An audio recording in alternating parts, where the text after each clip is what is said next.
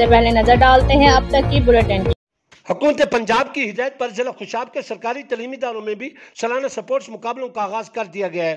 ان مقابلوں میں طلباء بھرپور حصہ لے رہے ہیں۔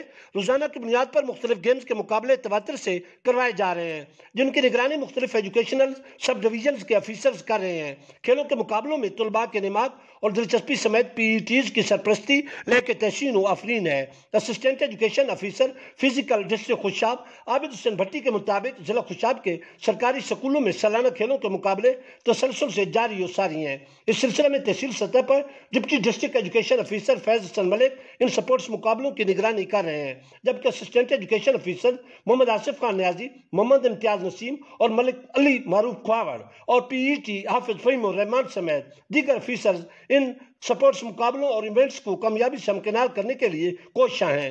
انہوں نے کہا کہ حکومت پنجاب کے فروغ سپورٹس پروگرام کے تحت ان کھیلوں کے لیے ترجیحی بنیادوں پر اقدامات کیے جا رہے ہیں تاکہ صحت مند معاشرے کی تشکیل میں مدد مل سکے۔ اے ای او عابد حسین بھٹی کا کہنا تھا کہ کھیلوں کے مقابلوں سے طلباء میں جذبہ مسابقت فروغ پا رہا ہے اور ان کی سپورٹس کی طرف رغبت بھی بڑھ رہی ہے۔